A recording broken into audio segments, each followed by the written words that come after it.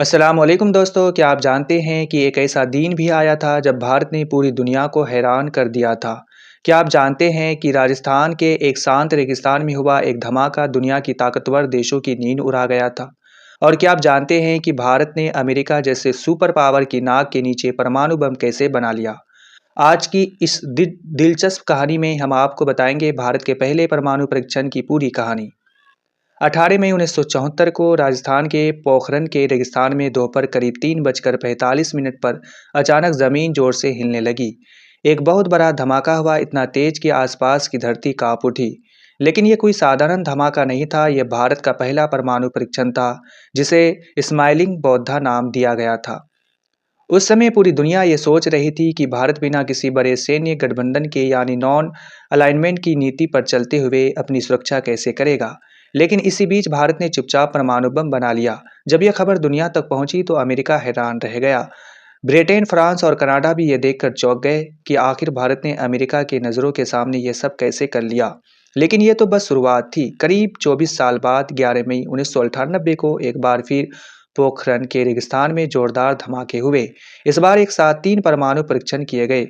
फिर 13 मई को 2 और परीक्षण किए गए। इन धमाकों के बाद भारत ने आधिकारिक तौर पर खुद को एक न्यूक्लियर पावर घोषित कर दिया। पूरी दुनिया हैरान रह गई। उस समय भारत के प्रधानमंत्री अटल बिहारी वाजपेयी थे और इस मिशन के पीछे भारत के महान वैज्ञानिक डॉक्टर एपीजे अब्दुल कलाम का बड़ा योगदान था। इन दोनों ने मिलकर पूरी दुनिया को चौंका दिया। लेकिन दोस्तों, ये सफ़र बिल्कुल भी आसान नहीं था। इस कहानी की असली शुरुआत तो दूसरा विश्व युद्ध के समय से होती है, जब अमेरिका ने दुनिया के पहले परमाणु बम लिटिल बॉय और फैट मैन जापान के शहर हिरोशिमा और नागासाकी पर गिराए थे। और यहीं से शुरू हुई दुनिया में परमाणु हथियारों की दौर की कहानी। भारी तबाही हुई, जापान के शहर पूरी तरह बर्बाद हो गए, लाखों लोग मारे गए और घायल हुए। इन हालात को देखकर जापान ने सिर्फ एक हफ्ते के अंदर ही बिना किसी शर्त के सरेंडर कर दिया। इसके साथ ही अमेरिका और इसके साथियों ने दूसरा विश्व युद्ध जीत लिया। इस घटना के बाद पूरी दुनिया को परमाणु बम की ताकत और उसकी अहमियत समझ में आ गई। इसके बाद कई देशों ने भी परमाणु हथियार बनाने की कोशिश शुरू कर दी। अमेरिका के बाद रूस ने 1949 में अपना पहला परमाणु परीक्षण किया। फिर ब्रिटेन और 1952 में फ्रांस और 1960 में और चीन ने 1964 में परमाणु परीक्षण कर लिया। उसी दौर में भारत के मशहूर वैज्ञानिक डॉक्टर होमी जहांगीर भाभा ने न्यूक्लियर रिसर्च पर काम कर रहे थे। उनका अपना था कि भारत का एक मजबूत एटॉमिक पावर बने, लेकिन उस समय की सरकार ने उन्हें परमाणु बम बनाने की अनुमति नहीं दी थी।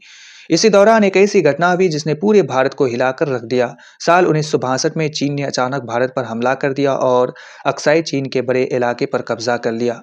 इस युद्ध में भारत को हार का सामना करना पड़ा। हजारों भारतीय जवान शहीद हो गए और करीब 38,000 वर्ग किलोमीटर भारतीय जमीन चीन के कब्जे में चली गई। भारत इस सदमे में अभी उभर ही नहीं पाया था कि 1964 में चीन ने अपना परमाणु परीक्षण भी कर लिया। इससे भारत का चिंता और बढ़ गया। इसके बाद हालात और मुश्किल हो गए। 1965 और फिर 1971 में पाकिस्तान ने भारत पर हमला कर दिया।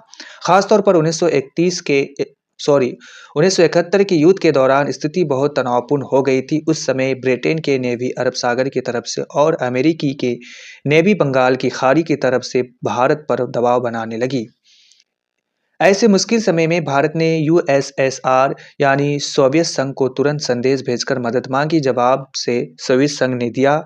देर किए अपनी नौसेना के जहाज भारत की सुरक्षा के लिए भेज दिए। जैसे ही ब्रिटेन को इस बात की खबर मिली, उसने तुरंत अपने जहाज पीछे हटा लिए और वो मेडागास्कर की तरफ लौट गए। उधर अमेरिका का टास्क फोर्स भी करीब 75,000 टन क्षमता वाले बड़े योद्धपोत और लगभग 70 फाइटर एयरक्राफ्ट के साथ बंगाल की खाड़ी की तरफ बढ़ रहा था। दुनिया की बड़ी ताकतें इस युद्ध को बहुत करीब से देख रही थी और इसी दौर ने भारत को ये एहसास करा दिया कि मजबूत बनने के लिए उसे अपनी सुरक्षा खुद मजबूत करनी होगी।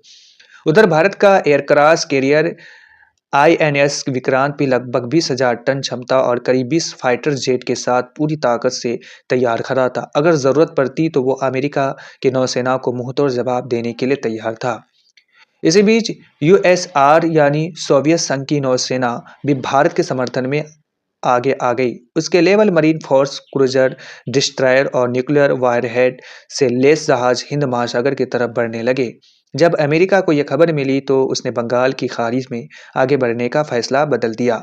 आखिरकार अमेरिका नेवी ने बे ऑफ बंगाल में प्रवेश नहीं किया और ब्रिटेन की तरह ही पीछे हट गई। इस तरह 1971 के युद्ध में भारत की जीत के पीछे सोवियत संघ के समर्थन का बहुत बड़ा योगदान रहा। इस घटना के बाद भारतीय नेताओं को यह साफ समझ आ गया कि अगर चीन और पाकिस्तान जैसे देशों का मुकाबला करना है तो भारत को भी मजबूत बनना पड़ेगा और इसके लिए न्यूक्लियर हथियार होना जरूरी है। न्यूक्लियर बम बनाकर दुनिया में इस दौर की शुरुआत भले ही अमेरिका ने की थी, लेकिन भारत को इस रास्ते पर आगे बढ़ाने में 3 महान लोगों का बड़ा योगदान था। जे.आर.डी. टाटा, डॉक्टर होमी जहांगीर भाभा और लाल बहादुर शास्त्री। जे.आर.डी. टाटा ने भारत में न्यूक्लियर रिसर्च के लिए आर्थिक मदद दी। वहीं डॉक्टर होमी जहांगीर भाभा भारत के परमाणु कार्यक्रम के सबसे बड़े वैज्ञानिक माने जाते हैं। जब अमेरिका ने हिरोशिमा और नागासाकी पर परमाणु बम गिराकर अपनी ताकत दिखाई, उसी समय से होमी भाभा भारत के नेताओं से कहते रहे कि भारत को भी न्यूक्लियर टेक्नोलॉजी के क्षेत्र में आगे बढ़ना चाहिए। तो उस समय के प्रधानमंत्री जवाहरलाल नेहरू भी इस प्रोग्राम में काफी दिलचस्पी रखते थे, इसलिए उन्होंने भारत के न्यूक्लियर प्रोग्राम को शांतिपूर्ण विकास यानी पीसफुल डेवलपमेंट के नाम पर मंजूरी दे दी। लेकिन नेहरू ने यह भी साफ कहा था कि भारत की परमाणु रिसर्च का इस्तेमाल सिर्फ बिजली बनाने और वैज्ञानिक विकास के लिए किया जाएगा, ना कि हथियार बनाने के लिए।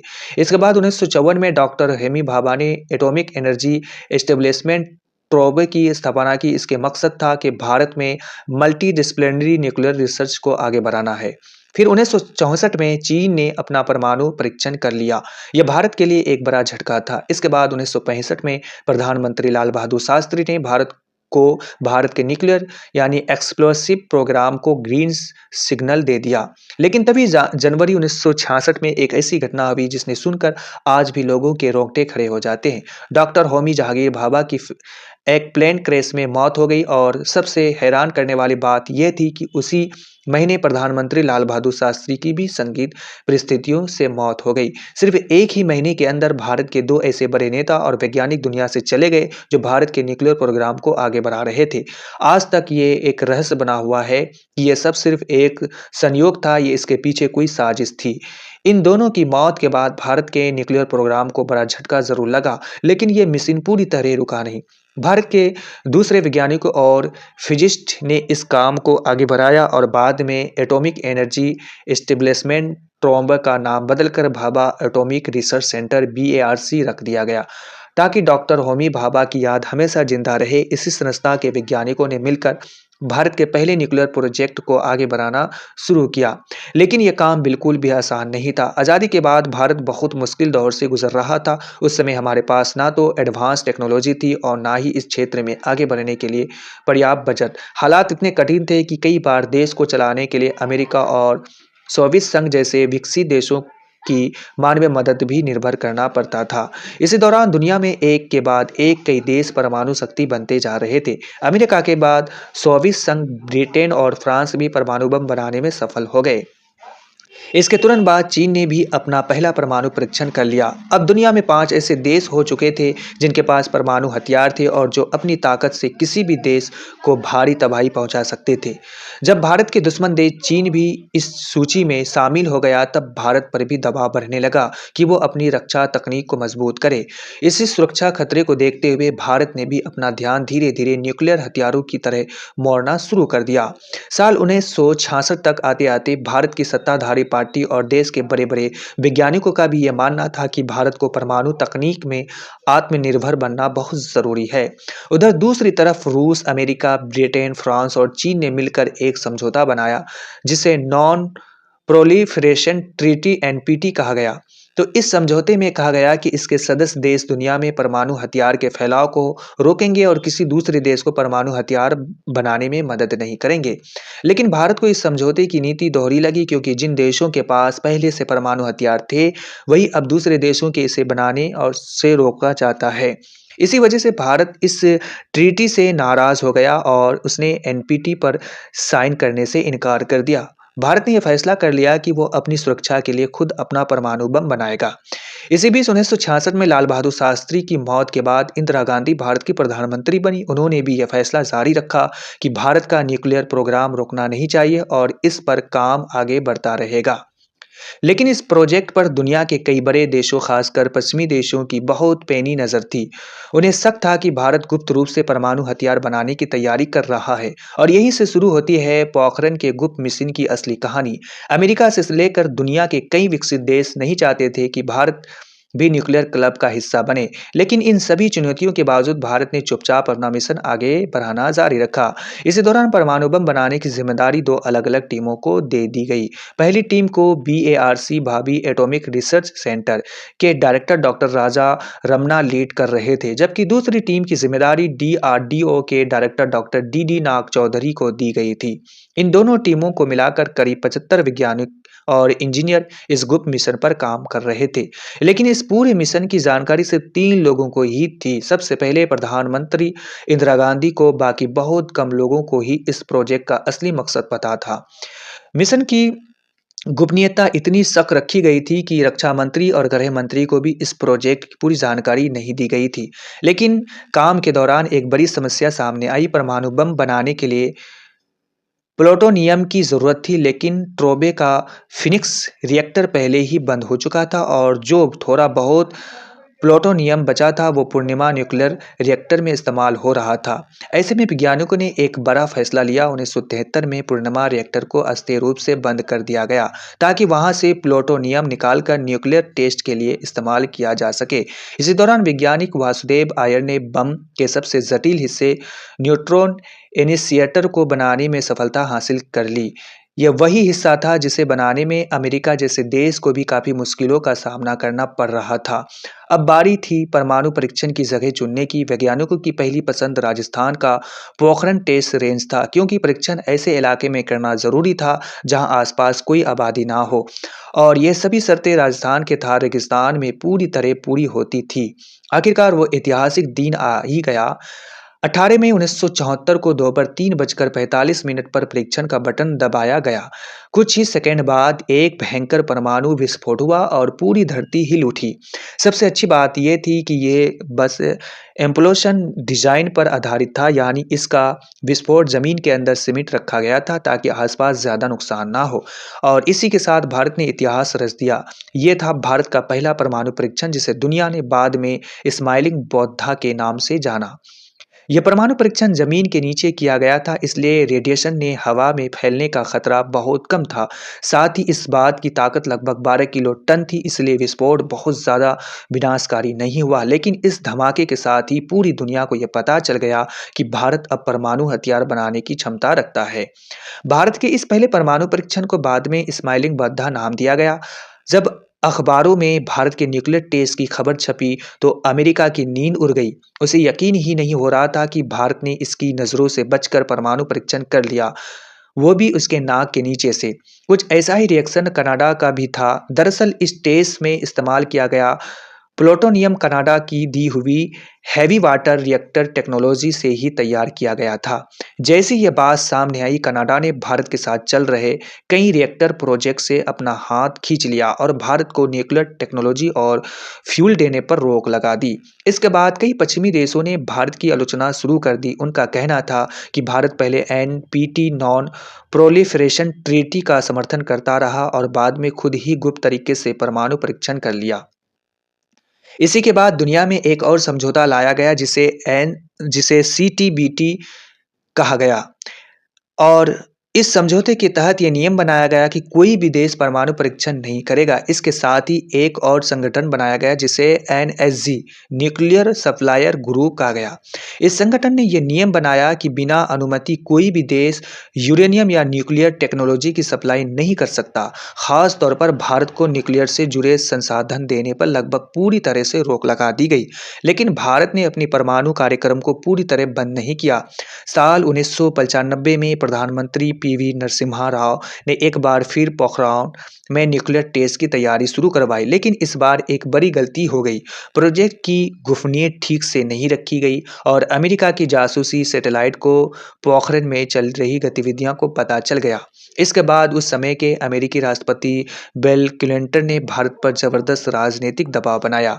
उन्होंने सीधे भारत के प्रधानमंत्री को फ़ोन करके साफ कहा कि अगर भारत ने परमाणु परीक्षण किया तो इसे उसे उसके गंभीर परिणाम भुगतने पड़ सकते हैं।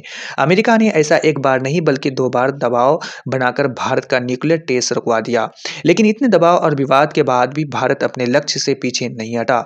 कुछ समय बाद इस मिशन को नई ताकत मिली जब डॉक्टर एपीजे अब्दुल कलाम और अटल बिहारी वाजपेयी इस प्रोजेक्ट से जुड़े। साल 1996 में जब अटल बिहारी वाजपेयी प्रधानमंत्री बने तो उन्होंने सत्ता में आते ही doctor APJ Abdul Kalam, doctor R Chidambaram और भारत के कई बड़े वैज्ञानिकों को फिर से परमाणु परीक्षण की जिम्मेदारी सौंप दी। उन्होंने वैज्ञानिकों को पूरी आज़ादी दी और कहा कि कम से कम इस मिशन को सफल बनाएं। लेकिन अफसोस की बात यह थी कि उस समय उनकी सरकार ज़्यादा समय तक नहीं चल पाई। लेकिन उस समय अटल बिहारी वाजपेयी की सरकार ज़्यादा समय तक नहीं चल पाई। उनकी सरकार केवल 13 दिनों में ही गिर गई और उसके साथ ही ये न्यूक्लियर प्रोजेक्ट फिर से रुक गया। लेकिन 1998 में जब अटल बिहारी वाजपेयी दोबारा सत्ता में आए तो उन्होंने आते ही परमाणु परीक्षण को आगे बढ़ाने का फैसला कर लिया। इस बार सबसे बड़ी चुनौती थी सीक्रेसी यानी गोपनीयता। दरअसल CIA और अमेरिकी सैटेलाइट लगातार भारत की गतिविधियों पर नजर रख रहे थे। ऐसे में उनकी नजरों से चलकर पोखरण में टेस्ट की तैयार करना बिल्कुल आसान नहीं था। पोखरण एक खुला रेगिस्तान था जहां छोटी हलचल भी सैटेलाइट में दिखाई दे सकती थी। इस मिशन के लिए इंडियन आर्मी की 58 इंजीनियर रेजिमेंट को चुना गया। इस सैनिकों को न सिर्फ टेस्ट साइट तैयार करने की जिम्मेदारी दी गई बल्कि पूरे मिशन की गोपनीयता बनाए रखने की भी जिम्मेदारी सौंपी गई। भारतीय सेना ने इस मिशन को बेहद शानदार तरीके से अंजाम दिया। अमेरिकी सैटेलाइट और CIA की नज़रों से बचने के लिए सेना ने रेगिस्तान की रेत के टीलों सैंड ड्यून्स का सहारा लिया। टेस्ट साइट पर काम करने वाले वैज्ञानिक और इंजीनियर एक दूसरे से कोड वर्ड में बात करते थे। साथ ही असली नाम की जगह नकली नाम कोड नेम का इस्तेमाल किया जाता था। जैसे ही डॉक्टर एपीजे अब्दुल कलाम को मेजर जनरल पृथ्वीराज के नाम से बुलाया जाता था और डॉक्टर आर चिदम्बरम को मेजर जनरल नटराज कहा जाता था। सभी वैज्ञानिकों को यह निर्देश दिया गया था कि वो आर्मी की यूनिफॉर्म पहनकर ही टेस्ट साइट पर काम करे ताकि किसी को शक ना हो। इसके अलावा ज़्यादातर काम रात के समय किया जाता था क्योंकि अंधेरे में सैटेलाइट की नज़र कमज़ोर हो जाती थी। CIA को इस मिशन की भनक भी ना लगे इसके लिए पोखरण साइट पर नकली पेड़ पौधे आर्टिफिशियल वेजिटेशन भी लगाए गए। तो सेंसर केबल्स को रेत से ढक दिया जाता था और बम रखने वाले सॉफ्ट को कैम्पलास नेटिंग में छुपा दिया जाता था। आखिरकार वो ऐतिहासिक दिन आ गया। 11 मई 1998 को दोपहर 3:45 पर जैसे ही मौसम शांत हुआ पोखरण में एक जोरदार धमाका हुआ और पूरी धरती कांप उठी। उस दिन भारत ने एक नहीं बल्कि 3 परमाणु उपकरणों का सफल परीक्षण करके इतिहास रच दिया। भारत दुनिया का ऐसा देश बन गया जिसने अपनी खुद की टेक्नोलॉजी के दम पर परमाणु परीक्षण किया और अमेरिका को भी हैरान कर दिया। उसके बाद 13 मई 1998 को भारत ने 2 और परमाणु परीक्षण किए। इन सभी परीक्षणों को मिलाकर इस मिशन को नाम दिया गया ऑपरेशन शक्ति। भारत के इस ऐतिहासिक कदम के बाद देश में जश्न का माहौल था, लेकिन दूसरी तरफ कई पश्चिमी देशों में चिंता और नाराजगी दिखाई दे रही थी। अमेरिका के राष्ट्रपति ने प्रेस कॉन्फ्रेंस में भी भारत के इस कदम को एशिया के लिए खतरा बताया। लेकिन इन सब आलोचनाओं के बीच अटल बिहारी वाजपेयी ने बहुत समझदारी से भारत का पक्ष दुनिया के सामने रखा। वहीं डॉक्टर एपीजे अब्दुल कलाम ने भी साफ कहा कि भारत ने ये हथियार हमले के लिए नहीं बल्कि अपनी सुरक्षा के लिए बनाया है। उन्होंने कहा कि अगर इतिहास देखा जाए तो भारत ने कभी किसी देश पर हमला नहीं किया बल्कि कई बार दूसरे देशों ने ही भारत पर आक्रमण किया।